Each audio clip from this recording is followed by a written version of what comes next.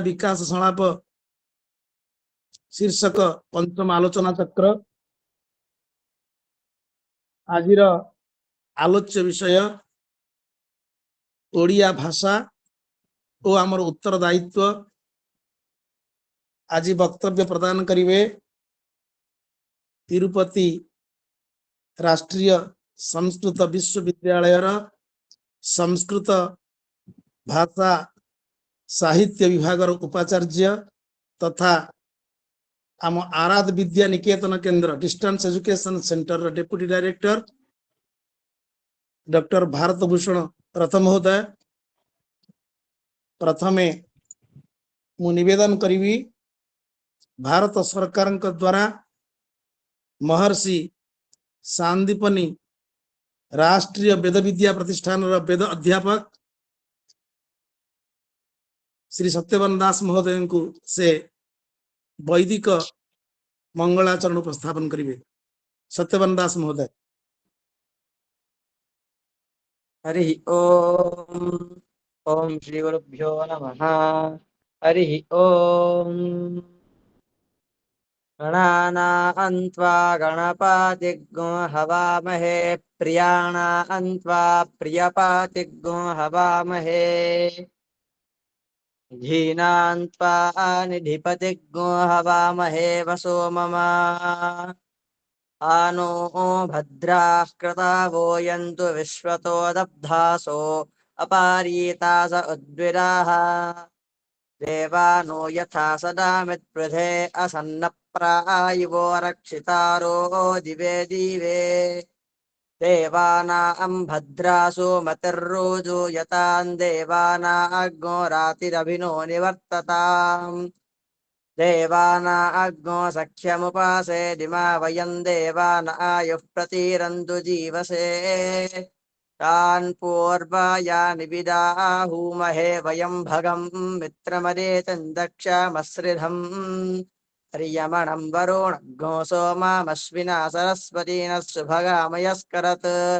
तन्नो वातो मयो भुवा भेषजन्तन्माता पृथिवी तत्पिता द्यौः तद्ग्रावाणः सोमसुतो मयो भुवस्तदस्मिना शृणुतं धिष्ण्या युवम् कमीषा आनञ्जगातस्तस्तु शस्पतिं धियं जन्ममवासे हूमहे वयम् पूषा नो यथा वेदा सामसद्वृधे रक्षिता पायुरदब्ध स्वस्तये स्वस्ति न इन्द्रो वृद्धस्रावा स्वस्ति नः पूषा विश्ववेदाः स्वस्ति नस्तार्क्ष्यो अरिष्टनेमिः स्वस्ति नो बृहस्पतिर्दधातु भद्रं कर्णे विशृणुयाम देवा भद्रं पश्ये माक्षभिर्यजत्राः स्थिरैरङ्गैस्तुष्टुवाग्मोऽसस्तनूभिर्व्यासेम देवहितं यदायुः। हरि ओम। धन्यवाद। सुदूर छत्तीसगढ़ आम सहित जोड़ी होती आमर अनुजकल्प श्रीमान गतिकृष्ण पाणिग्राही महोदय वर्तमान विवेकवाणी पठन करने निवेदन करुछि। शुभ संध्या सभी को नमस्कार। सीए एमितिका एक गुणी तांको बाणी रे कि जादू के जानी आबाल वृद्ध वनिता सभी हृदय तनु मन आत्मा को पारिछि जिनी सभी हृदय तनु मन आत्मा को पारंती किनी एभली सभी हृदय तनु मन आत्मा को जिनी किनी पारुथिबा विवेकानंदଙ୍କ बाणीर किछि अंश आमर व्यक्तित्व आमर चिंताधारा द्वारा सृष्टि हुए। तेणु तुमे जहा भावुच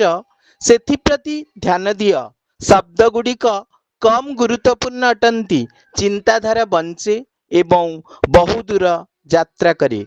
तुम जीवन रे कठिन निष्पत्ति निय। जदि तुमे जीतिब तुमे आगे पारिब, जदि तुमे हारी जाओ तुमे मार्गदर्शन करि पारिब। धन्यवाद। धन्यवाद भाई। वर्तमान आजिर ये आलोचना चक्र रे उपस्थित थिबा समस्त सदस्य वृंद को मु स्वागत निवेदन करुछि। विशेष भाव रे आम समस्त को जी स्वामी विवेकानंद विचारधारा प्रति आकृष्ट करिसंती आमर संगठन सचिव चित्तरंजन भाई तांको मु स्वागत निवेदन करुछि। आ आजिर मुख्य आकर्षण डॉक्टर भारत भूषण रथ महोदय नयागढ़ जिल्लार प्रसिद्ध पीठ कंटिलोस्थ नीलमाधव पीठ नीलमाधव मंदिर निकटस्थ एक गाँ केन्दुपल्ली ग्राम रे जन्मग्रहण करिसंती महान संस्कृत सेवक युव विद्वान डॉक्टर भारत भूषण रथ महोदय एवं से वर्तमान आम तिरुपति राष्ट्रीय संस्कृत विश्वविद्यालय रे साहित्य विभाग रे उपाचार्य भाव रे कार्यरत तत्सहित आमर आराध विद्या निकेतन केन्द्र से डेप्यूटी डायरेक्टर सह निर्देशक अछंती उपनिर्देशक अछंती आजिर दिन रे से इनचार्ज डायरेक्टर मध्ये अछंती। संस्कृत भाषा रे 2टी गवेषणा संबलित पुस्तक लिखिछंती एवं वन वैभवम गोटे खंडकाव्य रचना करिछंती जेउति पई से केंद्र साहित्य एकाडेमी पुरस्कार पुरस्कृत होइछंती एवं उपन्यास रचना करिछंती। से मध्य ओडिया भाषा साहित्य रे अनेक ग्रंथ रचना करिछंती एवं से जने स्तंभकार विभिन्न समस्या को नहीं से सुंदर आलेख्य लेखंती जहाँ की ओडिशार दैनंदिन संवाद पत्र प्रकाशित हुए। महाप्रभु श्री जगन्नाथंकर रथयात्रा अवसर रे से मध्य नंदी घोष टीवी चैनल माध्यम रे महाप्रभुंकर कथा और गाथा को से प्रचार करती से जने घोषक। तेणु एभली जने युव विद्वान आज आम गहन रे उपस्थित अछंती। आज आम आलोचक भाव रे मुख्य आकर्षण भाव रे नयागढ़ भूषण भारत भूषण बोली आमे कहू किंतु मु तो कहिबी से आम संस्कृत जगतर भूषण भारत भूषण। आज तांकर वक्तव्य उपस्थापन करिवे ओडिया भाषा और आमर उत्तरदायित्व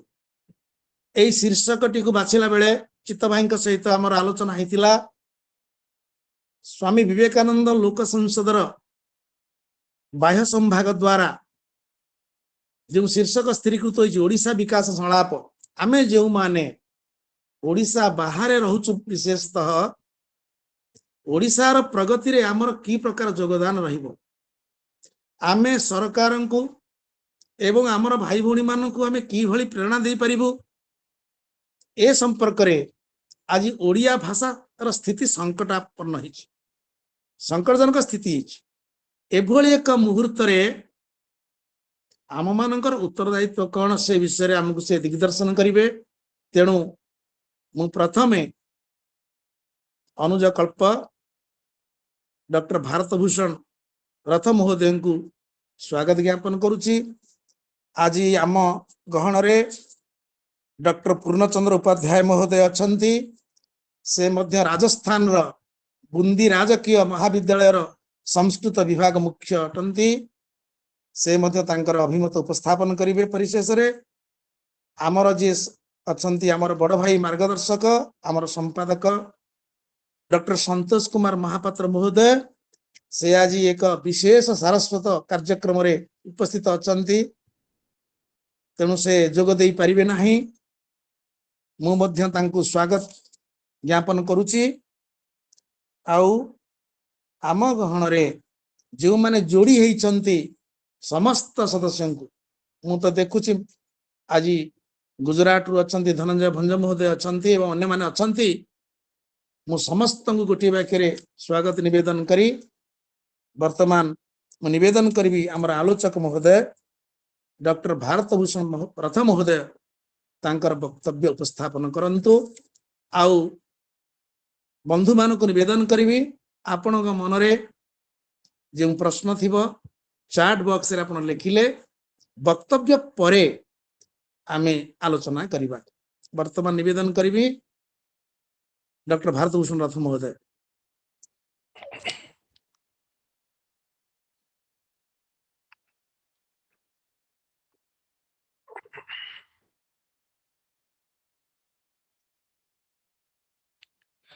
ओम नीलाचल निवासाय नित्याय परमात्मने बलभद्र सुभद्राभ्याम जगन्नाथाय ते नमः।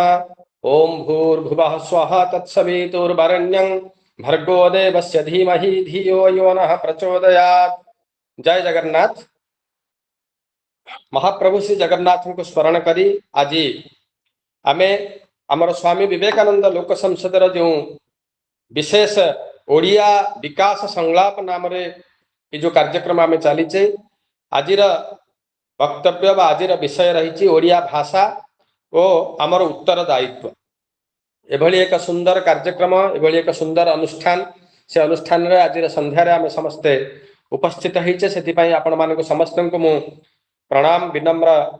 नमस्कार समर्पण करुछि। आमे प्रोफेसर सत्यनारायण आचार्य जी आमर जड़े मार्गदर्शक संस्थार मार्गदर्शक एवं मोर मध्य मार्गदर्शक आज कार्यक्रम जी आम अध्यक्ष बोली कहीपर से बयस आम समस्त ज्येष्ठ तेणु मु सभक्तिक प्रणाम समर्पण करुछि। डॉक्टर संतोष कुमार महापात्र यद्यपि सी नहांती किंतु तांकर अनुपस्थिति मु प्रणाम समर्पण करुछि। प्रोफेसर पूर्णचंद्र उपाध्याय आमर जड़े मार्गदर्शक एवं जड़े विशिष्ट संस्कृत विद्वान तांको मु नमस्कार समर्पण करुछि। आज कार्यक्रम रे आमे जते विद्वान एठी समस्त उपस्थित अछंती ओडिया भाषा तथा ओडिया भाषा बाहर व्यक्ति माने एवं स्वामी विवेकानंद लोक संसदर कर्मचारी माने जो माने उपस्थित अछंती सदस्य माने मु समस्त को नमस्कार करुछि। आमर आज विषय स्वामी विवेकानंद लोक संसद तरफ स्थिरीकृत होइछि ओडिया भाषा और आमर उत्तरदायित्व। तेणु एभली एक विषय को जिते आम विचार करुचे दुईटी तत्व आम पाखक आसूची। गोटे हूँ ओडिया भाषा एवं आउ गोटे हूँ आमर उत्तरदायित्व कौन रहिबो से भाषा पर। आमे समस्ते प्राय ओडिया एवं आजिकल देखा जाउची ओडिशा र व्यक्ति नहै कि मध्य ओडिया भाषा को से माने बहुत भल पाउचंती एवं ओडिया को मध्य बहुत भल पाउचंती। तार प्रत्यक्ष उदाहरण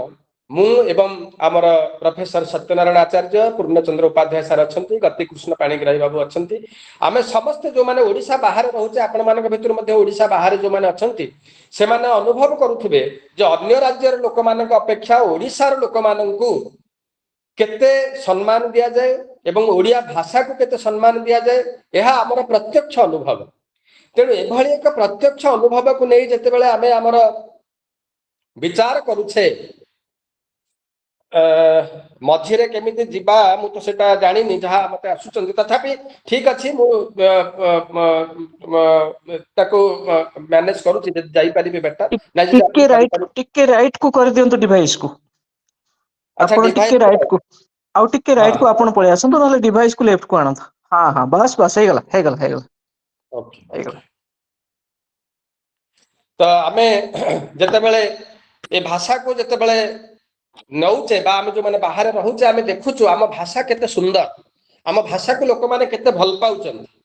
किंतु तार प्रतिबदल रे आमे आम भाषा पई कोन करूछे किछि करूछे कि नाही। कारण जो भाषा पई बा जो राज्य पई जो राज्यर गुरुत्व को नै आमे माने समग्र विश्व रे वर्तमान परिचय पाइछे निजर से भाषा पई हमर मध्ये किछि उत्तरदायित्व रहिछि। तेणु आजर विषय रहिछि हमर उत्तरदायित्व। आम जितेबाला भाषा विषय चिंता करूँ भाषा हूँ एभली एक जिनस जहाँ व्यक्ति को सुदृढ़ करे व्यक्तित्व को सुदृढ़ करे। जो व्यक्ति जेते भाषा रे पारंगम थे से व्यक्ति सेते प्रसिद्धि पाइथिबे एवं व्यक्ति यदि प्रसिद्धि हेले ताहले समाज प्रतिष्ठित हुए एवं समाज जेतेबाला प्रतिष्ठित होइबो राज्य हेउ किंबा देश हेउ ये समस्त जो जहाँ को नहीं ये विश्व प्रतिष्ठित ये समस्त प्रतिष्ठित हेबे।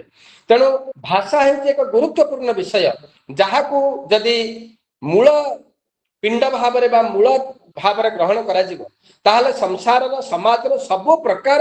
कलुषित भावना धीरे धीरे दूरे जीव। कारण भाषा यदि शुद्ध होगला तेबे आम मानकर चिंतन मध्य शुद्ध हो आमे माने समस्ते जानिथे। ओडिशा जेहेतु आमर मातृभाषा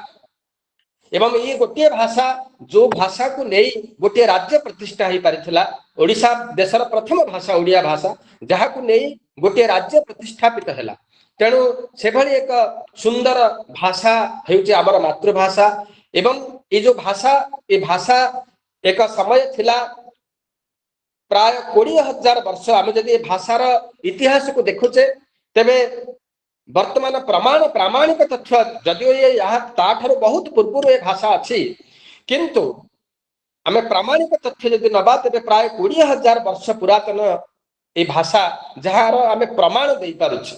जेहेतु दुईटी तत्व को नहीं आम विचार करुचे गोटे हूँ ओडिया भाषा और आउ गोटे हूँ ये भाषा आमर उत्तर दायित्व तेणु मु सर्वप्रथम 10 मिनिट खंडे ओडिया भाषा उपरे कहिबे एवं तापर 10-15 मिनिट ये भाषा आमर उत्तर दायित्व उपरे कहवा सेटा सेतिकी प्रासंगिक हब तेणु आम जेतेबेले ये भाषार इतिहास को खोजी खोजी खोजी खोजी जाऊचे सेतेबेले आमे आज समाज हूँ जदि आपन पाखे कंप्लीट एविडेंस नाही ताले आपन कौन तथ्य उपस्थापन करि परिबे नाही तेणु आमे जेतेबेले 20,000 वर्ष तळकु जाऊचे सेतेबेले हमको गोटे कंप्लीट एविडेंस मिलुची जहाँकि आमर कलाहांडीर जो गुड़हांडीर आमर जो गुंफा लेखा से गुंफा रे हमको मिलुची 20,000 वर्ष तलर से जो इनस्क्रिप्शन जोठी ओडिया लिपि हमको मिली जाउची एवं विशेष करी जोगी मठर जो ठ लिपि कि नहीं आज समग्र भारत आज एक प्रकार स्तब्ध जे ओडिया भाषा एते प्राचीन एवं ठ लिपिटा से जो शून्य तत्व को से माने एते पूर्व उद्भावन करथिले जहाको नहीं ओडिया आज गौरवान्वित एवं समस्त ओडिया वर्ण को जते बेले आमे देखुचे सेते बेले सेही जोगी मठ कथा हमर मने पड़ी जाए एवं जोगी मठर ठ लिपि माने किभली एक जोग जन्म जो समय आम कहि परिबा जोग जन्म पुरुष से किए थिले जे ताको उद्भावन करथिले सेही ठ लिपि कि नहीं संपूर्ण ओडिया अ ठारू ह ख य ल पर्यंत सब अक्षर गुडाक आमे जदि से ठ लिपि भीतर देखिबा तबे से गोलाकार आम अक्षर गुडाक होउची गोल तेणु करी यार प्रभाव से जोगी मठरू आमे नहीं पारिबा जोटा कि आमे प्राय 10,000 वर्ष तलर जोगी मठर चित्रलिपि आमे पाउचे एवं तार पूर्व 20,000 वर्ष तलर आमे पाउचे ओडिया लिपि जोटा कि कलाहांडीर गुड़हांडी जो गुंफा से गुंफारू आमे माने पाउचे ए दुईटा जगह मु निजे जाईची देखिची एवं मु भाबिची जे नाइ निश्चय ओडिया जाति ओडिया भाषा केते प्रसिद्धि सेते बेले पाई परिथिला एवं तापरे आमे जेते बेले जाउचे झारसुगुडा ए तो माने 3,000 3,500 वर्ष तलर कथा जेते बेले झारसुगुडा आमे विक्रम खोलर जो गुंफा अछि से गुंफा रे आमे जेते बेले देखुचे सेते बेले 3,500 वर्ष तलर हमको ओडिया लिपि मध्य मिली जाउची एवं गोटे प्रचुर मात्रा रे से लिपि जदिओ हमर कलाहांडी आ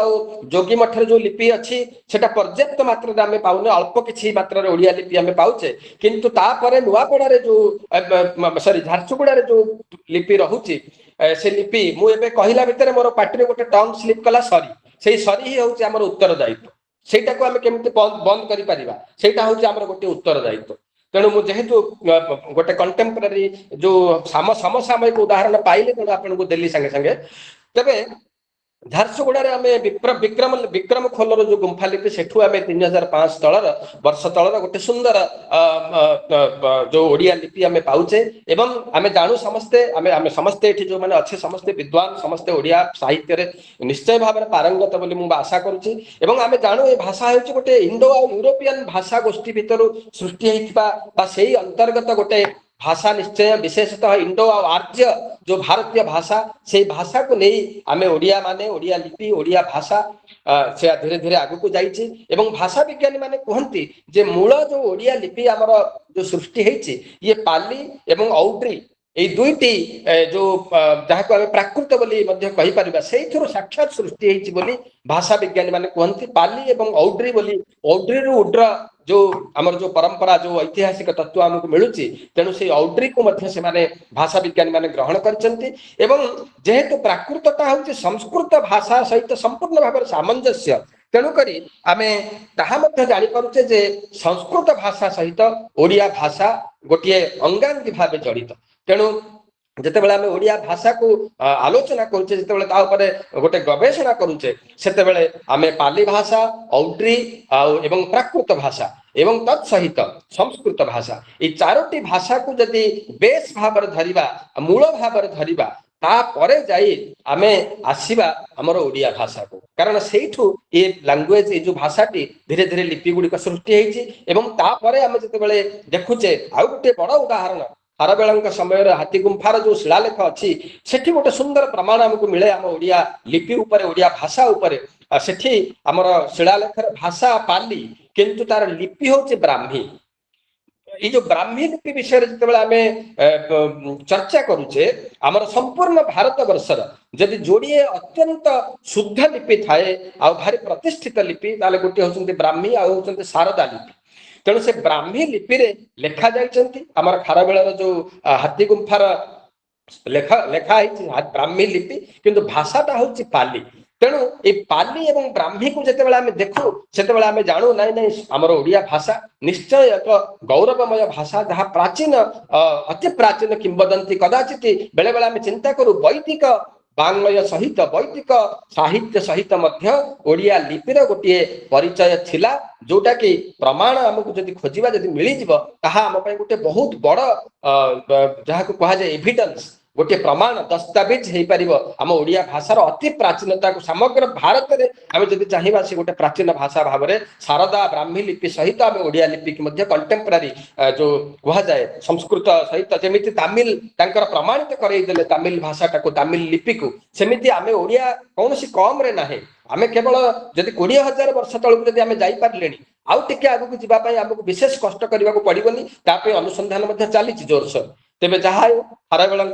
समय आमको प्रमाण मिलूँ ब्राह्मी लिपि एवं जितेबाला आम सप्तम तथा अष्टम शतकर जो तंबापटा और तालपत्र को जिते देखू से ओडिया भाषा बहुत रुद्धिमंत आमर सप्तम शतक अष्टम शतकर अनेक तालपत्र मुझे बेले बेले म्यूजियम पढ़े जितेबाला ओडिशा रहे से देखी सप्तम अष्टम शतकर तालपत्र गुड़िक तंबापटा गुड़ाक अत्यंत रुद्धिमंत बहुत शुद्ध भाव में लेखा जाते ओडिया से जो करणी भाषा से लिखिं किंतु बहुत सुंदर। तेणु आम चिंता करूँ सप्तम अष्टम शतक बेलू आम भाषा गोटे समृद्ध भाषा हो जाइला एवं ता पूर्व तो कलिंग जिते अशोक थे खारबेल थे से तो ये आसीला किंतु लिपिटा हुए तो एत सहज भाव में आसीपार नाला किंतु सप्तम अष्टम शतक बेलू से लिपि आसी जाइए। मु आपको ये गोटे कथा कहीपे जदिव से कंट्रोभर्सी नई पारे कंट्रोभर्सी नुहे माने किंतु कई भाभी पारती अशोक और खारबेल समय आम ओडिया लिपि बा भाषा कहीं एते सुंदर भाव में आसी पारला नहीं तार कारण होची से पाली एवं प्राकृत एवं धर्मर प्रभाव जैन एवं बौद्ध धर्मर प्रभाव से शासक मैंने लिपि ये जो मगध ताकू टिके विशेष भाव में प्राधान्य देथिबा हेतु आम ओडिया लिपि निश्चय भाव में टिके दबी जाइथिला किंतु से जहाँ ब्राह्मी लिपि हेउ पछके किंतु आमर भाषाटा सेठी धीरे धीरे प्रस्फुटित होता से समय एवं संविधान जिते तापर सांविधानिक नीति नियम आसला संविधान अष्टम धारा जो 1950 आमर जो अष्टम धारा जिते करागला से 14टी भाषा को राजभाषार मान्यता दिगला एवं आमे माने निश्चय ओडिया माने खुशी हवा जे आम भाषा ओडिया भाषा 1950 मसीह सर्वप्रथम सांविधानिक धारा जो भाषा करागला स्वतंत्र धारा निर्माण करागला से आम भाषाटी सर्वप्रथमे अर्थात जो 14टी भाषा थिला ता भितर आम भाषा अंतर्भुक्त सेठी हेइथिला। तेणु एथुरु चिंता करंतु जे आम भाषा तमिल संस्कृत ओडिया ये सब भाषा गुड़िक एका संगे 14टी भाषा को राजभाषार मान्यता दि जाइथिला 1950 मसीह। तेणु आम केते समृद्ध भाषा किंतु आज जिते आम ताकू देखुचे से समान स्टेटस पाई अन्य भाषा गुड़िक 14टी भाषा भितर आम ओडिया माने निश्चय पछरे अच्छे पाइले आम 1950 मसीह किंतु आज आम जेहेतु बाहर रोचु आम देखुचु तमिल भाषा को देखुचु तेलुगु भाषा को देखुचु संस्कृत भाषा को देखुचु बंगाली को बंगाली भाषा बेंगल भाषा देखुचु से भाषा प्रीति से भाषा प्रीति निश्चय भाव में आमर कमिची जोटा हूँ आमर उत्तरदायित्व कारण आम एते प्राचीन भाषा एवं 1950 मसीहार सर्वप्रथम सांविधानिक प्रक्रिया आम भाषार राजभाषार मान्यता पाइले किंतु तापर आम करुचे कौन एवं पर जो आमेंडमेंट सब आसी से आमेंडमेंट रे अनेक गुड़े भाषा बर्तमान 22टी राजभाषा अच्छा 14 रु बढ़ी बढ़ी 22टी हेले एवं 9th आमेंडमेंट रे आम भाषा जो ओरिया थिला ORIYA सेटा परिवर्तन है कि ODIA करागला आमेंडमेंट रे मध्य आम भाषा को विशेष भाव में प्राधान्य दिया जाइए अन्य कौन भाषा विशेष भाव में परिवर्तन है नहीं से मागिचंती किंतु आमे मागिचे एवं आमर भाषार शास्त्रीय तत्व को दृष्टि को नहीं से परिवर्तन करिसंती संवैधानिक नियम अनुसार। तेबे प्रश्न उठे एते सुंदर प्राचीन भाषा ये प्राचीन भाषाटर वर्तमान भविष्य कौन जदि आमे माने आमे वर्तमान शास्त्रीय भाषार मान्यता पाइले जोटा 2014 मसीह आमे गोटे सुंदर मान्यता हमको राज्य भारत सरकार देले शास्त्रीय भाषा आमे एते शास्त्रीयता को आमे प्रदर्शन कले सेतेबेलर कमिटी बहुत सुंदर भाबरे ताको देवी प्रसन्न पट्टनायक थिले एवं बसंत मिश्र सार थिले एवं बहुत बड़ बड़ विद्वान माने तांकर जो उपस्थापना रहिला जाद्वारा हमको शास्त्रीय मान्यता मिलिला एवं गोटे सुंदर भाबरे आमे तमिल संस्कृत ओडिया ए सब भल भल भाषा शास्त्रीय मान्यता पाई कि तांकर जो गोटे स्वतंत्रता बजाय रखिले से ता परे आमे भाषा पे कोन करूचे एई होचे वर्तमान हमर उत्तरदायित्व तेणु गोटे सुंदर कथा मु आपनको कहबा को गोटे उदाहरण मु दबा पई चाहे आमे शास्त्रीय मान्यता पाइले 2014 मसिया फेब्रुआरी 20 तारिख रे आमे शास्त्रीय मान्यता पाइला परे गोटे एबे माने वर्ष 6-7 मास तले गोटे से शास्त्रीय भाषा कमिटी गोटे मीटिंग डाकिथिले से मीटिंग रे से माने हमको कहले आपण सेतेबेल को बंगाली भाषा मध्य ए रिसेंटली पाइला जो बंगाली एवं आउ 3-4टी भाषा पाइले शास्त्रीय मान्यता तापर से गोटे सभा डाकिले कहले वर्तमान शास्त्रीय मान्यता ओडिया 2014 रु पाइला परे आसिक 2024 मसिया से मीटिंग टी थिला 10 वर्ष हे गेला 10 वर्ष रे थरे रिव्यू होबो मु से रिव्यू कमिटी जने मेंबर अछि सेठी पत्रा गला जे ओडिया भाषा वर्तमान केते कोन करिछि शास्त्रीय मान्यता पाइला पर आपण तो शास्त्रीय मान्यता पाई मागिले शास्त्रीय मान्यता दिया गला वर्तमान आपणकर उत्तरदायित्व को केभली जोटा को आमे कहा जे प्रतिपादन करिसंती कोन करिसंती सेठी आमे जो कमिटी टी थिला से कमिटी ओडिया भाषार बड़ बड़ विद्वान माने थिले बहुत बड़ बड़ विद्वान 4-5 जन थिले सब थिले आमे सब बसिथिलु सेठी से मानको पचरा गला जे तमे कोन उत्तरदायित्व कोन नैछ शास्त्रीय मान्यता पाइला पर आपण करिसंती कोन गोटे शास्त्रीय पुस्तक आपण रचना करिसंती कि केतटा करिसंती दियन हमको गोटे रिपोर्ट दियन शास्त्रीय एमिति साधारण भाव में मुझे सी खाऊँ बा प्रेम गीत बा उपन्यास ये सब नुहे जो शास्त्रीयता को लेकिन से चंपू हो से आमर बलदेव रथंकर साहित्य हो कि उपेन्द्र भंजकर साहित्य हो कि सब जो शास्त्रीय तत्व को लेकिन आप शास्त्रीयता पाइले शास्त्रीयता पाईगला 2020 मसरे 2020 फेब्रुआरी 14 2024 फेब्रुआरी 14 10 वर्ष भितर आपण केतोटे शास्त्रीय पुस्तक रचना करिसंती आपण माने आज्ञा विश्वास करिबेनी सबु बड़ बड़ ओडिया विद्वान माने से माने तळकु मोहपति के बसिले तार कारण किए सब फोन कले विभिन्न प्रकार पब्लिशर को फोन गला जे कोन शास्त्रीय सही भली लेखा किछ हेछि कि चंपू बलदेव साहित्य किछ लेखा हेछि कि उपेन्द्र भंजक साहित्य किछ अछि कि से भलिया से भली साहित्य काई कोठे लेखा होछि लेखा होउनी आ जदि कोन से विद्वान लेखु एमिति न लेखा होउनी पुराना लोक लेखुचंती विद्वान मान लिखुचंती किंतु तांको से तांको प्लेटफॉर्म दिया जाउनी तांको से बळी सुजोग दिया जाउनी से बही पब्लिश हेई पाउ एवं आउ गोटे कथा होउची आजि काली जो आमे सब ओडिया पढुचे हमर पिला माने एते सरलीकरण हे गला ओडिया पिला को आज आपण विश्वविद्यालय स्तर रे मध्य से फकीर मोहन को ठारो आरंभ करी कि ता परर साहित्य पढा जाउची किंतु पूर्व साहित्य जो छंद जो माने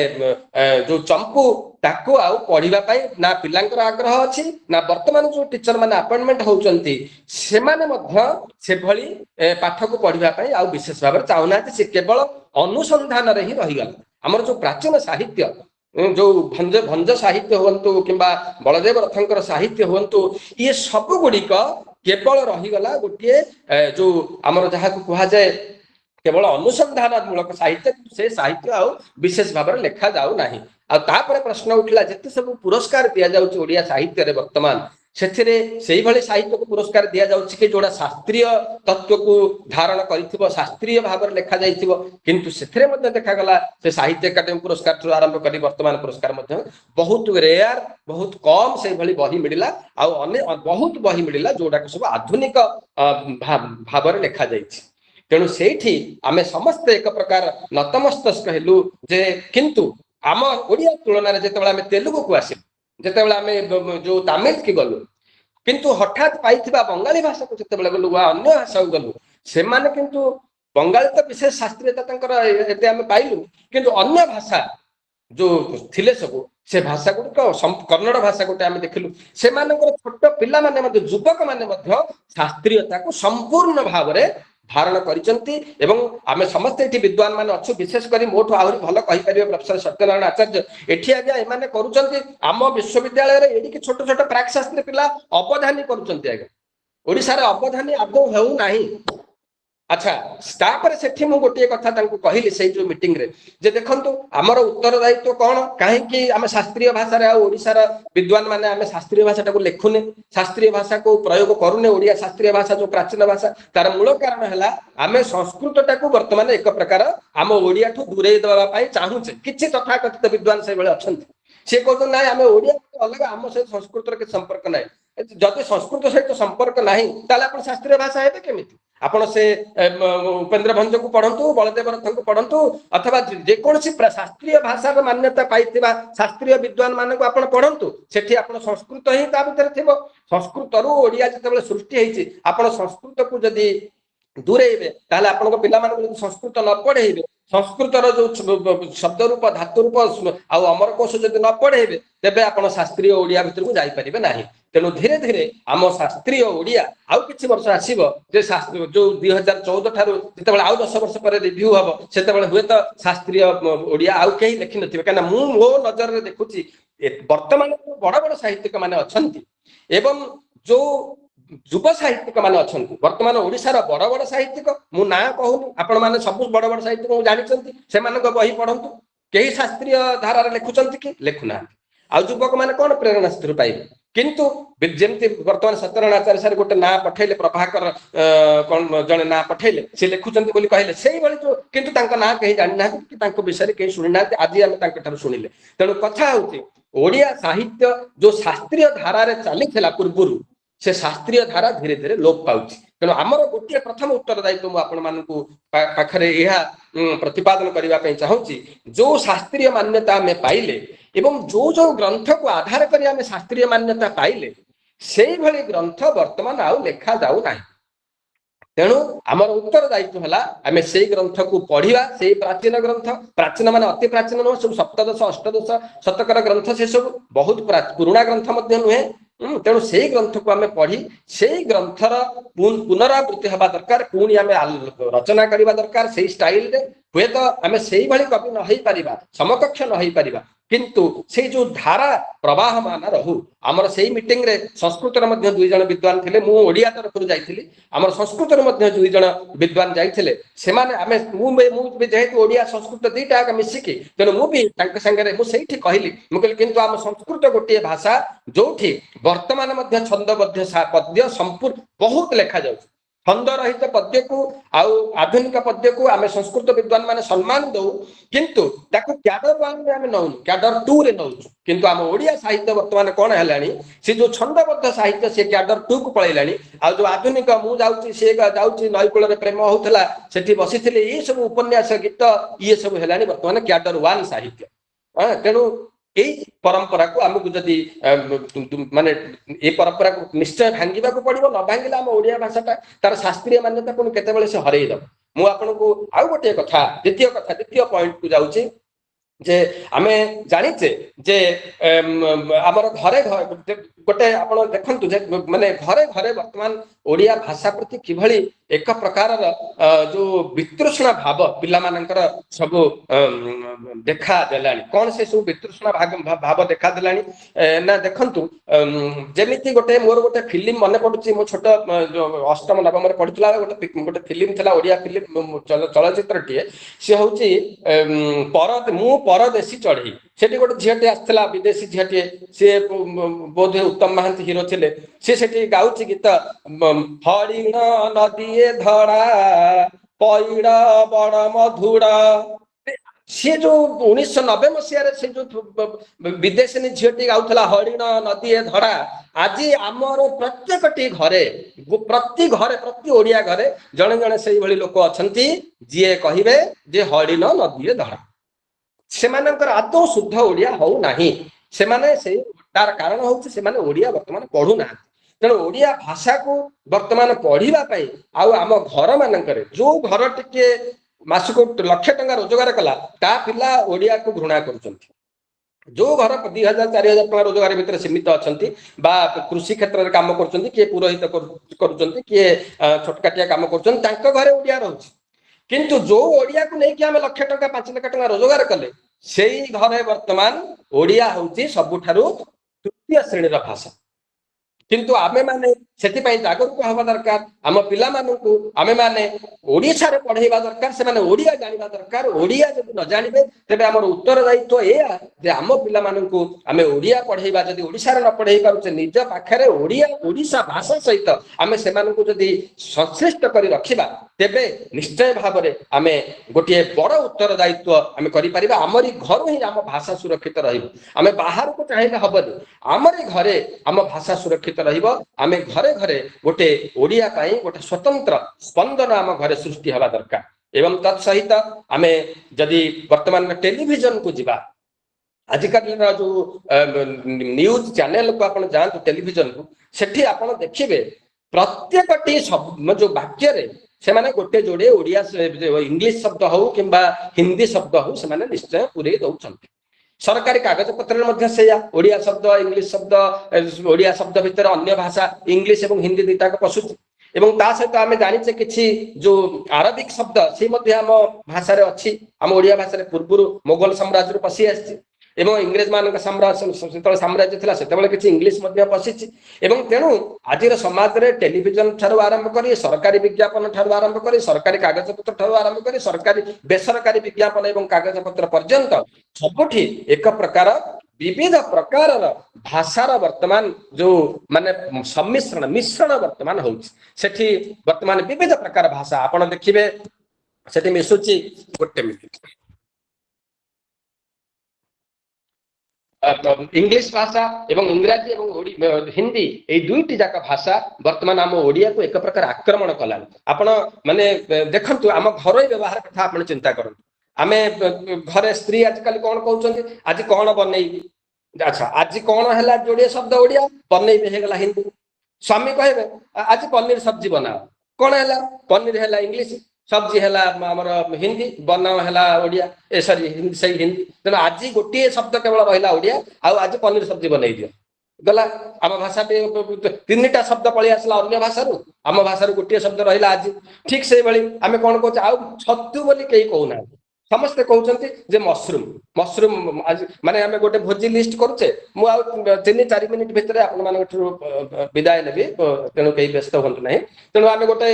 भोजी धरतु करुचे आम कहचे मशरूम कर पनीर कर मटन कर फिश कर आउ ओडिया शब्द आदौ ना ओडिया शब्द गलानी कुआडे सब तेणु ये गोटे माने जो घरोई दैनंदिन व्यवहार में आम उत्तरदायित्व आम एटा को किभली भाव में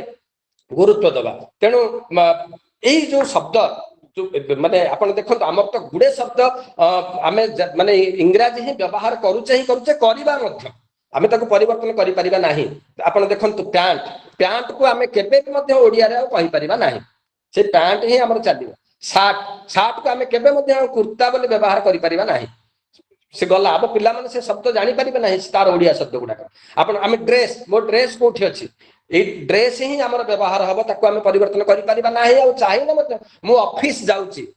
ऑफिस शब्द को आम के कार्यालय परिवर्तन करें ना से गोटे ये गला एवं आम मु स्कूल जाऊँगी स्कूल को आम कौन के परिवर्तन करें विद्यालय जाऊँगी असंभव यहाँ बर्तमान आम खाली कह हाँ मुझे करदेवी से खाली कथार कि हो पारे आम कह मु कॉलेज जाऊँगी मु यूनिवर्सिटी जाऊँगी मैरेज केबे हम बैंक कौन जा ये जो सब जिनिस बर्तमान इंग्लिश पशिगला मु डैम को जाइली टर्च आण हरी ग्लास आण छातर बीम पड़ो होटेल को जीवा बाइक आण ये सब गुड़ाक ये सब हूँ इंग्लिश शब्द वर्तमान आम ओडिया को देखु पूरा संपूर्ण भाव में प्रवेश करगला आउ एबे ये शब्द गुड़िक तो बहुत पूर्व 30-40 वर्ष है प्रवेश करथिला एबे नुआ नुआ गुड़े अन्य भाषार शब्द पशुची आगुरी आम पानी बोतल कहते पानी बोतल पानीटा ओडिया था बोतलटा इंग्लिशटा एपट सेपट होगी बोतल कहला बर्तमान वाटर बोतल समस्ते कहले आउ कहीं पानी बोतल कहूना बर्तमान स्पून आगुरी चामुच कहते आम पिला बेला सब चामुच चामुच बोली कहूँ एबे स्पून शब्द संपूर्ण भाव व्यवहार आउ चामुच शब्द व्यवहार होनी लुण जो कला लुण आ कहीं कहूना कला लुण समस्ते आम कहते ब्लैक सल्ट ସେଇଭଳି gas fan door close switch off କର, ମେଡିସିନ ଟା ଟିକେ ଆଣ ହରି, ଫ୍ୟାନ୍ ଟା ବନ୍ଦ କରିଦିଅ, ଡୋର ସ୍କ୍ରିନ୍ ଟା ଆଣ ହରି, ମୁଁ ଟିକେ ଲାଟ୍ରିନ୍ ଯାଉଛି, ମାନେ ଏଇ ଯୋଉ ସବୁ ଲାଟ୍ରିନ୍ ଶବ୍ଦ ବା ଟଏଲେଟ ଶବ୍ଦ, ଏଇ ଯୋଉ ସବୁ ଶବ୍ଦ ଗୁଡାକ, ଏଇ ସବୁ ଶବ୍ଦ ଗୁଡାକ ଧୀରେ ଧୀରେ କଣ ହେଲାଣି ନା ଆମ ଓଡିଆ ଶବ୍ଦକୁ ଧୀରେ ଧୀରେ ଅକୁପାଇ କରିସାରିଲାଣି। ଆପଣ ମାନେ ଆଜି ମୁଁ ଗୋଟିଏ କଥା ଆପଣ ମାନଙ୍କୁ କହୁଛି, ଆପଣ ମାନେ ଗୋଟିଏ ଘଣ୍ଟା ଆମେ ଯୋଉ କଥାବାର୍ତ୍ତା ହଉଛେ ଆପଣ ତାକୁ ରେକର୍ଡିଂ କରିଦିଅନ୍ତୁ, ଭଏସ ରେକର୍ଡ କରନ୍ତୁ, ବା ଗୋଟିଏ ଦିନର ଆପଣଙ୍କର ଦୈନନ୍ଦିନ ଜୀବନଚର୍ଯ୍ୟାକୁ ଭଏସ ରେକର୍ଡ କରନ୍ତୁ। ତାକୁ ରେକର୍ଡ କଲା ପରେ ଆପଣ ରାତିରେ ଶୁଣିବେ କେତେଟା ଓଡିଆ ଶବ୍ଦ କହିଛନ୍ତି, କେତେଟା ଅନ୍ୟ ଭାଷା ଶବ୍ଦ କହିଛନ୍ତି, ଆପଣ 50-50 ପାଇବେ ବର୍ତ୍ତମାନ। ମାନେ ଏଇଟା ଆମ ଅଜାଣତରେ ଆପଣ ଯଦି ଦିନକୁ 5000 ଶବ୍ଦ ବ୍ୟବହାର କରିଛନ୍ତି, ଆପଣ 2500 ଶବ୍ଦ, ସେ ରିପିଟେଡଲି ହଉ କିମ୍ବା ବାର ଥରେ ଥରେ ହଉ, 2500 2000 ରୁ 2500 ଶବ୍ଦ ଆପଣ ଇଂଲିଶ ଏବଂ ହିନ୍ଦୀରୁ ଆଣିଥିବେ, ଏବଂ 2000 ରୁ 2500 ଶବ୍ଦ ଆପଣ ଓଡିଆ ବ୍ୟବହାର କରିଥିବେ। ତାହେଲେ ଆପଣ ଚିନ୍ତା କରନ୍ତୁ, ଯଦି ବର୍ତ୍ତମାନ ଏଇ ପରିସ୍ଥିତିରେ ଆମେ ଅଛେ, ଆଉ 50 ବର୍ଷ ପରେ ସେ 70% କୁ ପଳେଇବ। ବର୍ତ୍ତମାନ ତ ଘରେ ଘରେ ଇଂଲିଶ, ସେମାନେ ତ ଓଡିଆ ସହିତ ଆକ୍ୱେଣ୍ଟେଡ ହିଁ ନାହାନ୍ତି। ଆମର ପ୍ରତି ବାହାରେ ଯୋଉମାନେ ରହିଲେ ସେମାନେ ଆଦୌ ଓଡିଆ କହୁନାହାନ୍ତି, ଓଡିଶାରେ ମଧ୍ୟ ଆଉ ଓଡିଆ କହୁନାହାନ୍ତି। ଆମର ୟୁନିଭର୍ସିଟିରେ ଷ୍ଟାଫ ଅଛନ୍ତି ଓଡିଆ ଷ୍ଟାଫ, ତାଙ୍କ ଘରେ ବର୍ତ୍ତମାନ ସେମାନେ ଆଉ ଓଡିଆ କହୁନାହାନ୍ତି, ହିନ୍ଦୀରେ କଥାବାର୍ତ୍ତା ତାଙ୍କ ପିଲାମାନେ ହଉଛନ୍ତି। ତେଣୁ ମୁଁ ସେମାନଙ୍କୁ କହେ କଣ ଏଇ ସବୁ ପରିସ୍ଥିତି, ତେଣୁ ଆପଣ ଦେଖନ୍ତୁ ଏଇ ହଉଛି ଆମର ଉତ୍ତରଦାୟିତ୍ୱ। ତେଣୁ ଆମକୁ ଆପଣ ଲେଖନ ଶୈଳୀରେ ପରିବର୍ତ୍ତନ କରିବାକୁ ପଡିବ। ଆମେ ଆମର ଶାସ୍ତ୍ରୀୟ ଭାଷାକୁ, ମୂଳ ହଉଛି ଆମର ବେଞ୍ଚ ମାର୍କ, ଯୋଉଟା ମୂଳ ସ୍ତମ୍ଭ ସେଇଟା ହଉଛି ଶାସ୍ତ୍ରୀୟ ଭାଷା। ତେଣୁ ସେଇ ଶାସ୍ତ୍ରୀୟ ଭାଷା ଅନୁସାରେ ଆମର ଲେଖନ ହବା ଦରକାର, ଏବଂ କଥିତ ଭାଷା ଅନୁସାରେ ଆମର ଭାଷଣ ହବା ଦରକାର, ଆମର ଦୈନନ୍ଦିନ ବ୍ୟବହାର ଦରକାର। ଲେଖିବା ଏବଂ କହିବା ଏଇ ଯୋଡିଏ ଯଦି ଠିକ ହେଇଗଲା, ତେବେ ଆମେ ଆମର ଉତ୍ତରଦାୟିତ୍ୱ ଠିକ ଭାବରେ ନେଇପାରିଲେ ବୋଲି ଆମେ ନିଜକୁ ଆଶ୍ୱସ୍ତ ମନେ କରିବା। ଯୋଉଟା ଆମେ ସଂସ୍କୃତରେ ଏକ ପ୍ରକାର ବର୍ତ୍ତମାନ ବଜାୟ ରଖିଛୁ, ଆମ ଲେଖନ ଭାଷା ବେଳେ ବେଳେ କ୍ଲିଷ୍ଟକର ଭାଷା ଆମେ ପ୍ରୟୋଗ କରୁଛୁ ଶାସ୍ତ୍ରୀୟ, କିନ୍ତୁ ଆମେ କହିବା, ଆମେ ଗୋଟେ ସମ୍ଭାଷଣ ଶିବିର ଯୋଉଥିରେ ପ୍ରଫେସର ସତ୍ୟନାରାୟଣ ଆଚାର୍ଯ୍ୟ 1000 ସମ୍ଭାଷଣ ଶିବିର କରିଛନ୍ତି, 1000, ମୁଁ ଯାହା ତାଙ୍କଠାରୁ ଶୁଣିଛି 1000 ସମ୍ଭାଷଣ ଶିବିର କରିଛନ୍ତି। ତେଣୁ ଏଭଳି ଏକ ଗୁରୁତ୍ୱପୂର୍ଣ୍ଣ ତଥ୍ୟକୁ ଆମେ ମାନେ ଆଜି ଆଲୋଚନା କରିଛେ, ଗୋଟେ ଭଲ ବିଷୟ। ଏହା ଉପରେ ଆହୁରି ବିଶେଷ ଭାବରେ ଆଲୋଚନା ହେବା ଦରକାର। ମୋର ଯେହେତୁ ଆମ ପାଖରେ ସମୟ ନାହିଁ, ମୁଁ ଆପଣମାନଙ୍କ ପାଖରେ ବହୁତ କମ ସମୟ ଉପସ୍ଥାପନ କଲି। ମୋର ଯଦି କିଛି ଭୁଲ ଥିବ ମତେ କ୍ଷମା କରିବେ ଏବଂ ଉପଦେଶ ଦେବେ, ଯଦି ତା ପାଇଁ କିଛି ମୁଁ ନିଜକୁ ପରିବର୍ତ୍ତନ କରିପାରିବି। ଏତିକି କହି ମୁଁ ରହୁଛି। ଜୟ ଜଗନ୍ନାଥ। ବହୁତ ଧନ୍ୟବାଦ ଡକ୍ଟର ଭାରତ ଭୂଷଣ ରଥ ମହୋଦୟ। ଆଜି ଆମ ତିରୁପତି ରାଷ୍ଟ୍ରୀୟ ସଂସ୍କୃତ ବିଶ୍ୱବିଦ୍ୟାଳୟ ପାଇଁ ରବିବାର ହୋଇ ରହିନାହିଁ। ଆମେ ଆଜି ଦିନ ସାରା ଅନେକ ଶୈକ୍ଷିକ କାର୍ଯ୍ୟକ୍ରମରେ ସମସ୍ତେ ବ୍ୟସ୍ତ ଅଛୁ। ସଂସ୍କୃତ ସଂସ୍କୃତି ବିକାଶ ସଂସ୍ଥାନ ମଧ୍ୟ ଆଜି ଏକ ଦିନିଆ ସଂଗୋଷ୍ଠୀ ଚାଲିଥିଲା, ଏବଂ ତା ସହିତ ଆଜି ସନ୍ଧ୍ୟାରେ ମଧ୍ୟ ଆଉ ଏକ କାର୍ଯ୍ୟକ୍ରମ ଅଛି। ଆମେ ସମସ୍ତେ ବ୍ୟସ୍ତ। ତେବେ ଅତି କମ ସମୟ ମଧ୍ୟରେ ଆମର ଯୋଉ ମୁଖ୍ୟ ଉଦ୍ଦେଶ୍ୟ ରହିଛି, ଓଡିଆ ଭାଷା ଓ ଆମର ଉତ୍ତରଦାୟିତ୍ୱ, ଏ ସମ୍ପର୍କରେ ଯୋଉ ସୂଚନା ଦେଇଛନ୍ତି, ସେଥିପାଇଁ ଆମେ କୃତଜ୍ଞତା ନିବେଦନ କରୁଛୁ। ବର୍ତ୍ତମାନ ମୁଁ ନିବେଦନ କରିବି, ଚାଟ ବକ୍ସରେ ଯାହା କିଛି ପ୍ରଶ୍ନ ଆସିଥିଲା, କିଛିର ଉତ୍ତର ମୁଁ ଦେଇଛି। ଆଉ ଆମ ଗହଣରେ ଉପସ୍ଥିତ ଅଛନ୍ତି ଆମର ସଂଗଠନ ସମ୍ପାଦକ ମହୋଦୟ ପ୍ରଫେସର ଚିତ୍ତରଞ୍ଜନ ନାୟକ ମହୋଦୟ। ସେ 2 ମିନିଟ ତାଙ୍କର ଅଭିପ୍ରାୟ ବ୍ୟକ୍ତ କରନ୍ତୁ, ତାପରେ ଆମେ ଅଭିମତ ନବା ଡକ୍ଟର ପୂର୍ଣ୍ଣଚନ୍ଦ୍ର ଉପାଧ୍ୟାୟଙ୍କୁ ନବା। ଚିତ୍ତ ଭାଇ କିଛି ଆମକୁ କୁହନ୍ତୁ, ଚାଟ ବକ୍ସରେ ଯୋଉ ଆଲୋଚନା ହଉଛି। ମୁଁ ସମ୍ପୂର୍ଣ୍ଣ ଭାବରେ ଆଲୋଚନାରେ ଅଂଶଗ୍ରହଣ କରିପାରିଲି, ବହୁତ ଭଲ ଲାଗିଲା। ଭାରତ ଭାଇ ଖୁବ ସୁନ୍ଦର ଭାବରେ ଏ ସବୁ କଥାକୁ ଉପସ୍ଥାପନ କଲେ। ମୁଁ ବି ସେଇ ଭିତରେ ନିଜକୁ ଖୋଜୁଥିଲି କି ମୁଁ ଯେତିକି ଓଡିଆ କହୁଛି, ସେ ଓଡିଆରେ ଶୁଦ୍ଧତା କେତେ, ଆଉ ଅପଭ୍ରଂଶ କେତେ, ଆଉ ତା ଭିତରେ ଖାଦ କେତେ। ତେଣୁ ଗୋଟେ ସୁନ୍ଦର ଯୋଉ ସମାଧାନଟିଏ ସେ କହିଲେ ଯେ କହିବା ଆଉ ଲେଖିବା, ଏଇ ଦୁଇଟିକୁ ଶୁଦ୍ଧ କରିଦେଲେ ଭାଷା ପ୍ରତି ଆମର ଯୋଉ ଉତ୍ତରଦାୟିତ୍ୱ ଆମେ ନିର୍ବାହ କରିପାରିବା। ବାସ୍ ଏତିକି କଥାରେ ବହୁତ ଗୁଡେ କଥା ଆସିଲା କି ଆମର ଉତ୍ତରଦାୟିତ୍ୱ କଣ ହବା ଦରକାର। ତେବେ ଆହ୍ୱାନ ହଉଛି ଯେ ଯୋଉ ମାତ୍ରାରେ ଆମେ ଯୋଉ ଆହ୍ୱାନ ଗୁଡିକ ସମ୍ମୁଖୀନ କରୁଛନ୍ତି, ଭାଷାର ଅସ୍ତିତ୍ୱ ଉପରେ ସମସ୍ୟା ଆସୁଛି। ଗୋଟିଏ ଭଲ ପ୍ରଶ୍ନଟିଏ ରଖିଛନ୍ତି, ଆପଣ ତାଙ୍କର ଉତ୍ତର ଦେବେ ରାଜକିଶୋର ଭାଇ, ଯେ ଓଡିଆ ସ୍କୁଲରେ ବି କହିପାରୁନାହାନ୍ତି, ପିଲାମାନେ ଓଡିଆରେ କଥା ହେଇପାରୁନାହାନ୍ତି। ତେଣୁ ଏଇ ଅବସ୍ଥା। ଆଉ ଆପଣ ବି ଭାଷଣ ଛଳରେ କଥା କହିଲେ ଭାରତ ଭାଇ, କି ଓଡିଆ ଅଧ୍ୟାପକ ମାନଙ୍କର ଘରେ ମଧ୍ୟ ପିଲାମାନେ ଶୁଦ୍ଧ ଓଡିଆରେ କହିବା ସମ୍ଭବ ହେଇପାରୁନି। ତେଣୁ ଯୋଉମାନେ ପୃଷ୍ଠପୋଷକ ଗୁରୁ ଶ୍ରେଣୀୟ ବ୍ୟକ୍ତି ସେ ଜାଗାରେ ମଧ୍ୟ ତାଙ୍କର ଅନିଚ୍ଛା ସତ୍ତ୍ୱେ ମଧ୍ୟ ଯୋଉ ପ୍ରକାରର ପ୍ଲାବନ ଆସୁଛି ମିଶ୍ରଣର, ତାକୁ ସମ୍ମୁଖୀନ କରିବା ଏତେ ସହଜ ହଉନି। ତେଣୁ ଗୋଟେ ଜାତି ହିସାବରେ ଆମ ପାଖରେ ଗୋଟେ ବଡ ଆହ୍ୱାନ ଯେ ଆମେ ୟାର କଣ ସମାଧାନ କରିପାରିବା। ମୋର ବନ୍ଧୁ ଇନ୍ଦ୍ରମଣୀ ଅଛନ୍ତି, ମୁଁ ସଭାପତିଙ୍କ ଅନୁମତି କ୍ରମେ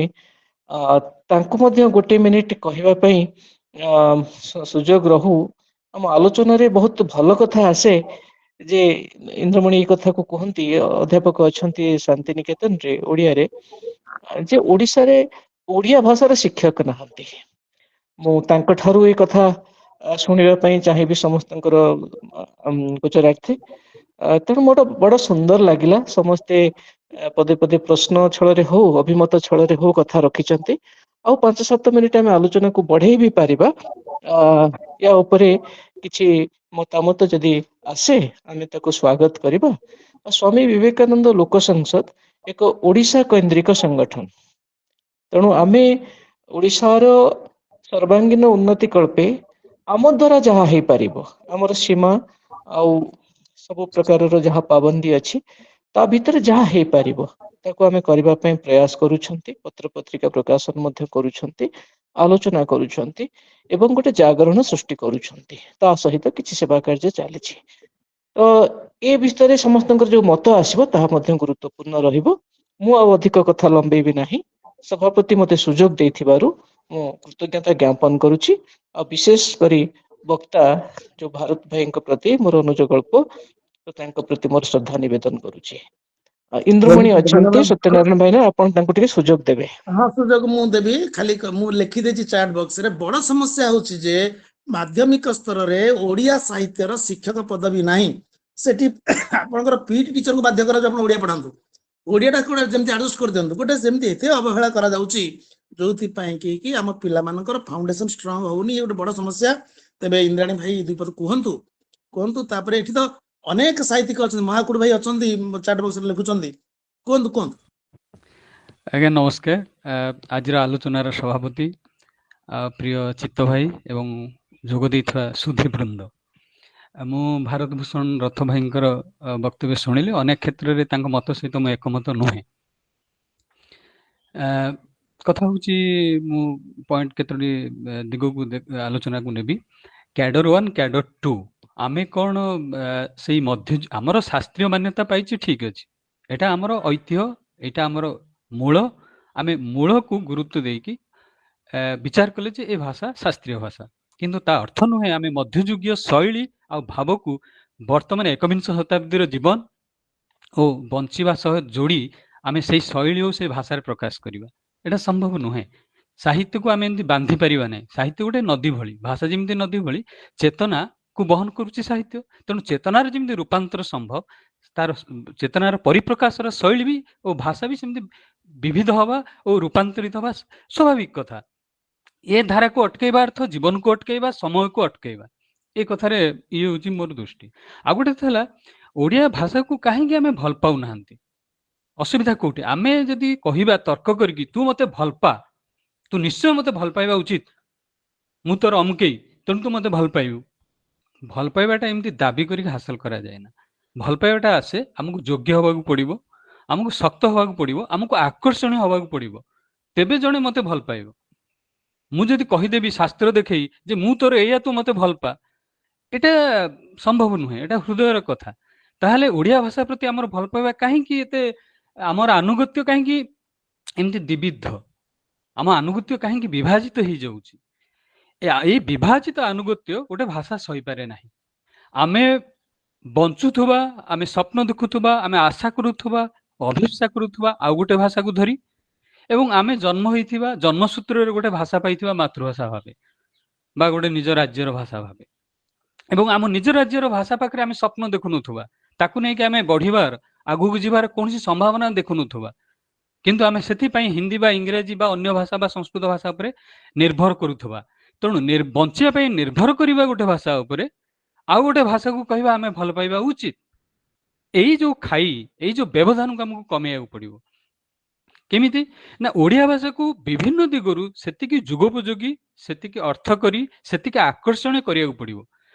ବଡ ଆକର୍ଷଣୀୟ ହେଲା ଇଂରାଜୀ ଭାଷା ଆଜି ଏତେ ଆକର୍ଷଣୀୟ ହେଇଛି, ଏତେ ସମୃଦ୍ଧ ହେଇଛି, ଆମେ ସମସ୍ତେ ସ୍ୱୀକାର କରିବା। କିନ୍ତୁ 500 ବର୍ଷ ତଳେ କି 300 ବର୍ଷ ତଳେ ଯେତେବେଳେ ଔପନିବେଶିକ ଶକ୍ତିର ମାଧ୍ୟମ ହେଇଛି ଇଂରାଜୀ ଭାଷା, ସେତେବେଳେ କଣ ସେ ସେତେ ସମୃଦ୍ଧ ଥିଲା? କାହିଁକି ତାହେଲେ ପୃଥିବୀର ଅଧିକାଂଶ ଦେଶରେ ପ୍ରଥମ ଭାଷା ଇଂରାଜୀ ଓ ଆହୁରି ଅନେକ ଦେଶର ଦ୍ୱିତୀୟ ଭାଷା ବି ଇଂରାଜୀ? ତାହେଲେ କାରଣ ହଉଛି ଯେ ସେଇ ଭାଷା ସହିତ ଔପନିବେଶିକ ଶକ୍ତି ଜଡିତ ଥିଲା। ତେଣୁ ଗୋଟେ ରାଜ୍ୟ ବା ଗୋଟେ ଜାତି ଯେତେ ଶକ୍ତ ହବ, ତା ଭାଷା ସେତେ ଅନୁକରଣୀୟ ହବ, ତା ଭାଷା ସେତେ ଅନ୍ୟମାନଙ୍କୁ ନିର୍ଭର କରାଇଦବ ତା ଉପରେ। ଏହି ମୌଳିକ କଥାଟାକୁ ଆମକୁ ବୁଝିବାକୁ ପଡିବ। ଓଡ଼ିଶା ଯେପର୍ଯ୍ୟନ୍ତ ଶକ୍ତ ନ ହେଇଛି, ଓଡ଼ିଶାର ଓଡ଼ିଆ ଜାତି ଯେପର୍ଯ୍ୟନ୍ତ ସମୃଦ୍ଧ ଓ ଶକ୍ତ ନ ହେଇଛି, ସେ ପର୍ଯ୍ୟନ୍ତ ତା ସହ ଜଡିତ ଓଡ଼ିଆ ଭାଷା ଏମିତି ହୀନମାନ ହଉଥିବ, ତାର ମୂଲ୍ୟ ସେତେ କମି କମି ଚାଲିଥିବ। କିନ୍ତୁ ଏଟା ତ ରାତି ଅଧିଆ ସମ୍ଭବ ନୁହେଁ, ଏଟା ଗୋଟେ ପ୍ରକ୍ରିୟା, ଏଟା ଧୀରେ ଧୀରେ ଘଟିବ। କିନ୍ତୁ ଯୋଉଟା ସାଙ୍ଗେ ସାଙ୍ଗେ ଘଟିବ ସେଟା ହେଲା ଆମକୁ ଓଡ଼ିଆ ଭାଷାକୁ ଅଧିକ ଅର୍ଥ କରି କରିବାକୁ ପଡିବ। ତାର ବାଟଟିଏ ହେଲା ଯେ ଅଧିକ ଓଡ଼ିଆ ଭାଷା ସହିତ ଯୋଉମାନେ ଜଡିତ ହେବେ, ସେମାନେ ଯେପରି ବଞ୍ଚିବା ପାଇଁ ରାହା ପାଇପାରିବେ, ଯୋଉଟାକୁ କୁହାଯାଏ ନିଯୁକ୍ତି ସୁଯୋଗ ଆମକୁ ବଢିବାକୁ ପଡିବ। ଏଇଟା ହେଲା ଏକଦମ ପ୍ରଥମ ପଦକ୍ଷେପ। ଏଇଟା ହେଲେ କିଛି ଲୋକ ପଇସା ଲୋଭରେ ହଉ, ଚାକିରି ଲୋଭରେ ହଉ ଜଡିତ ହବାକୁ ଚେଷ୍ଟା କରିବେ। ଆଚ୍ଛା, କିଛି ବର୍ଷ ତଳେ ସଂସ୍କୃତକୁ MIL +2 ରେ କରାଗଲା, ମାନ୍ୟତା ଦିଆଗଲା। 20 ବର୍ଷ ପାଖାପାଖି ତଳେ, 20-25 ବର୍ଷ ତଳେ ଯେତେବେଳେ ଦିଆଗଲା, ଦେଖାଗଲା ଯେ +2 ବା +3 ରେ MIL ରେ ସଂସ୍କୃତ ଲୋକ ଅଧିକ ନେଇଯାଉଛନ୍ତି, ପିଲା ନେଉଛନ୍ତି, ଓଡ଼ିଆ ନେବା କମିଗଲେ। ତାର କାରଣ କଣ ନା ସଂସ୍କୃତରେ ଅଧିକ ମାର୍କ ରଖିବା ସହଜ ହେଲା। ସଂସ୍କୃତ ଜ୍ଞାନ ଆହରଣ କରିବାର ଶ୍ରଦ୍ଧାରୁ ସେମାନେ ସଂସ୍କୃତ MIL ନେଇ ନଥିଲେ, ସେମାନେ ମାର୍କଟାକୁ ଉଦ୍ଦେଶ୍ୟ କରିଥିଲେ। ତେଣୁ ଏମିତି ବହୁତ ଦିଗ ରହିଛି ଯୋଉ ଦିଗକୁ ଆମକୁ ସଜାଡ଼ିବାକୁ ପଡିବ, ଯାହା ଫଳରେ ଆମେ ସଙ୍ଗେ ସଙ୍ଗେ କିଛି ଯୁବକ, କିଛି ପିଲା, କିଛି ଜାତିର ଲୋକମାନଙ୍କୁ ଭାଷା ସହିତ ଯୋଡ଼ିବାକୁ ପଡିବ, ଆକର୍ଷଣୀୟ କରିବାକୁ ପଡିବ। ଏଟା ଏକଦମ ମୂଳ କାମ। ଏଇଠୁ ଧୀରେ ଧୀରେ ଧୀରେ ଧୀରେ ତା ସହିତ ସାହିତ୍ୟକୁ ବୃଦ୍ଧି କରିବାକୁ ପଡିବ, ଅନୁବାଦ ବଢେଇବାକୁ ପଡିବ। ଏବଂ ଓଡ଼ିଆ ଗୋଟେ ପିଲାଟେ ଯିଏ ଇଂରାଜୀ ନ ଜାଣି ଯଦି ତାର ଭାବ ଜଗତ, ଚିନ୍ତା ଜଗତର ଖୋରାକ ପାଇପାରିବାର ବ୍ୟବସ୍ଥା କରିବାକୁ ପଡିବ, ତାହେଲେ ସେ ଓଡ଼ିଆ ବହିକି ଆଶ୍ରା କରିବ, ସେ ଇଂରାଜୀ ଆଡକୁ ଯିବ ନାହିଁ। ତେଣୁ ଆମର ଏଇଟା ଗୋଟେ ଜାତିଗତ ବ୍ୟବସ୍ଥା, ଏଥିରେ ସମାଜ ବି ସକ୍ରିୟ ରହିବ, ସଚେତନ ରହିବ, ବୁଦ୍ଧିଜୀବୀ ସକ୍ରିୟ ରହିବେ, ସରକାର ବି ଉପଯୁକ୍ତ ସହଯୋଗ ଦେବେ। ମୁଁ ଟିକେ ନିବେଦନ କରିବି, ବହୁତ ସୁନ୍ଦର ଆଲୋଚନା ଚାଲିଛି, ମୁଁ ବାଧା ଦେବାକୁ ଚାହୁଁନାହିଁ, କେବଳ ସମୟର ଆହ୍ୱାନ ଅଛି। ଆଉ ନିଶ୍ଚିତ ଭାବରେ ଆମେ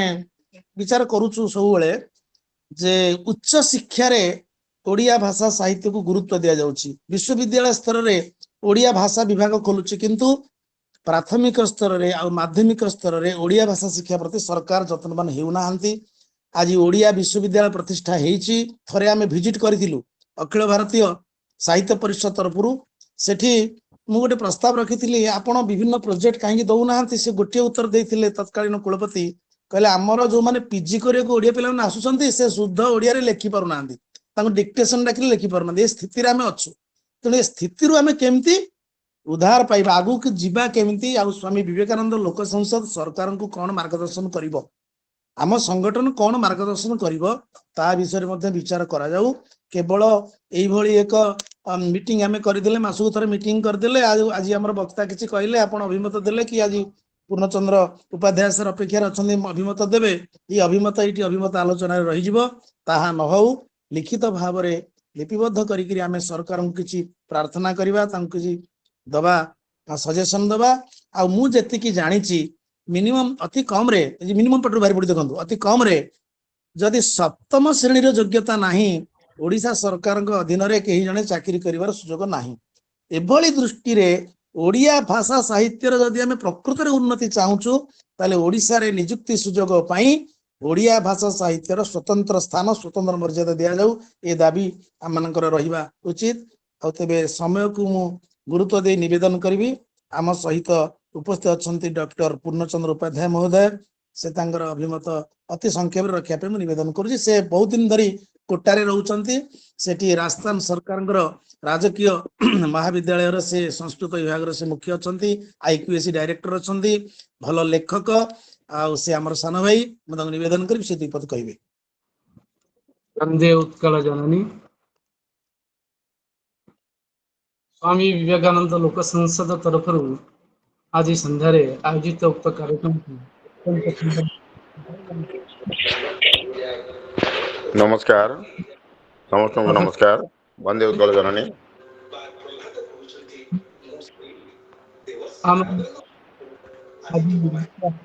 केन्द्र थे डॉक्टर भारत भूषण रथ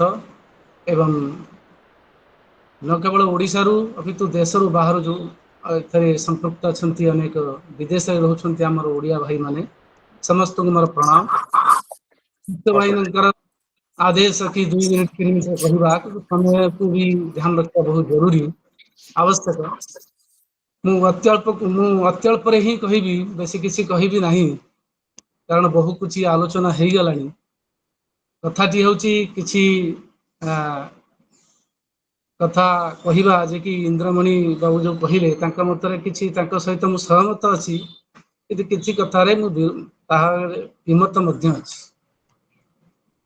कथा होची मातृभूमि मातृभाषा या प्रति जदि सम्मान नहीं तार किछि नहीं आउ कथा ला कि आमे जदि निजर सम्मान करी न शिखिबा अन्य को कहा को बा सम्मान दो एटी सरकार रो आवश्यकता वा सरकार कौन दब न दब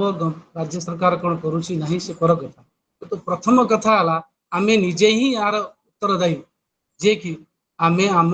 भाषा को आमे तले पकई दउ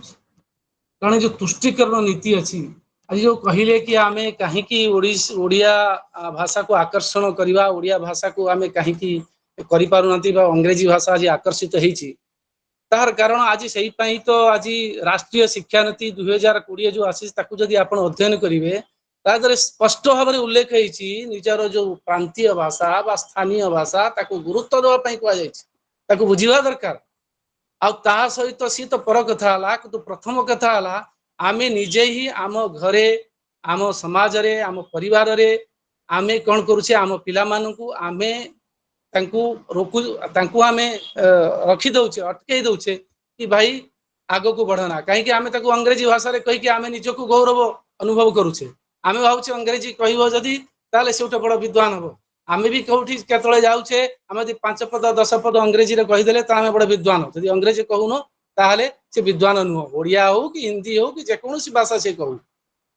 कारण जो माने आसीथिले जो अंग्रेज माने आसीथिले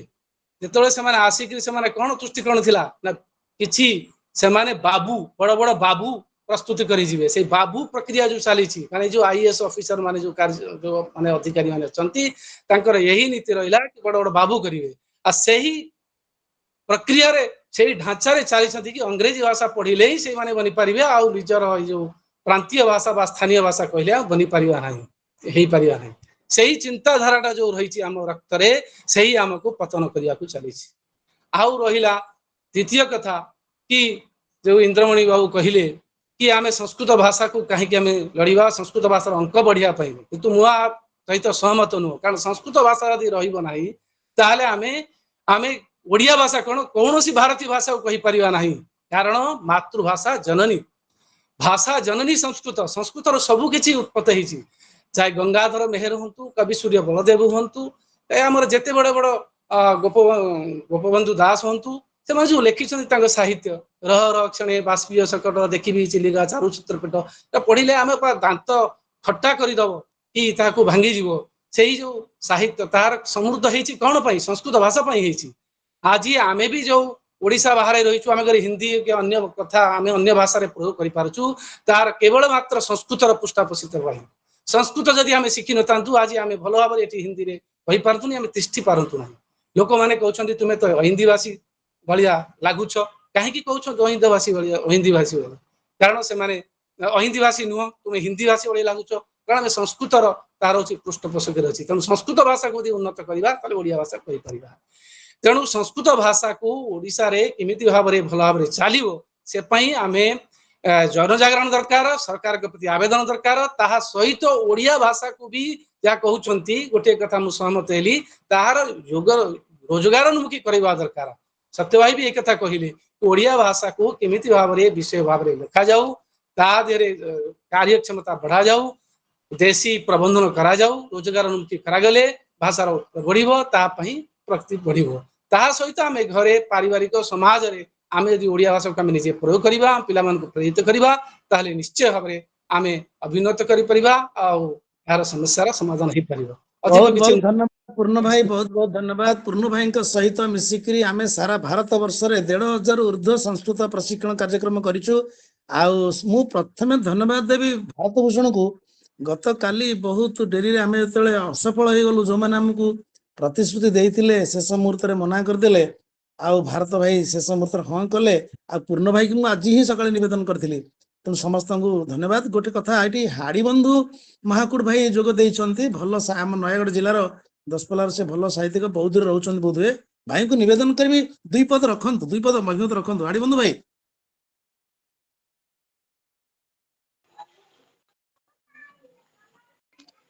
ଆଜ୍ଞା ନମସ୍କାର। ପ୍ରକୃତରେ ମୁଁ ଟିକେ ଗୋଟେ ମିଟିଂରେ ଥିଲି, ମିଟିଂରୁ ଆସିକି ମୁଁ ଟିକେ ଡେରିରେ ମିଶିଲି, 15 ମିନିଟ୍ ଡେରିରେ ମୁଁ ପ୍ରକୃତରେ ଯୋଗଦାନ କରିଛି। ଶୁଭୁଛି ଆଜ୍ଞା? ହଁ ହଁ ଶୁଭୁଛି। ଆଉ ସମସ୍ତଙ୍କୁ ମୋର ନମସ୍କାର ଜଣାଉଛି। ପ୍ରକୃତରେ ସମୟ ଉପଯୋଗୀ ଆଲୋଚନାଟି ହେଲା, ଭଲ ବି ହେଲା। କିନ୍ତୁ ବର୍ତ୍ତମାନ ଆମର ଯୋଉଟା ହେଲେ ଟିକେ ଆଗରୁ ବି କହୁଥିଲେ, ପ୍ରକୃତରେ ଇଂରେଜ ଭାଷାଟା 16ଶ ଶତାବ୍ଦୀ ବେଳକୁ ଗୋଟେ କିଛି ନଥିଲା, କିନ୍ତୁ ଚାରିଆଡେ ବ୍ୟାପିବାର ଗୋଟିଏ କାରଣ ହେଲା ଯେ ସେମାନେ ସାରା ପୃଥିବୀକୁ ଅଧିକାର କଲେ। ଆଉ ରାଜାନୁଗତ ଧର୍ମ, ଯଦି ରାଜା ନ ଚାହିଁବେ ତାହେଲେ ହବ ନାହିଁ, ଆଉ ରାଜା ଯାହା ଚାହିଁବେ ସେ ବାଧ୍ୟବାଧକତା ନ କଲେ ମଧ୍ୟ ହବ। ଯଦି ସରକାର ଏବେ ସାରା ଭାରତ ବର୍ଷରେ ଏମିତି କୋଉ ସରକାର ଅଛି ନିଜ ଭାଷା ବାଦ ଅନ୍ୟ ଇଂରେଜ ଭାଷାରେ ସ୍କୁଲ ଖୋଲିଛନ୍ତି? କେବଳ ଓଡିଶାରେ ହେଇଛି 314 ସ୍କୁଲ ଖୋଲା ହେଲା। ଆଉ ଯୋଉ ଗୋଟିଏ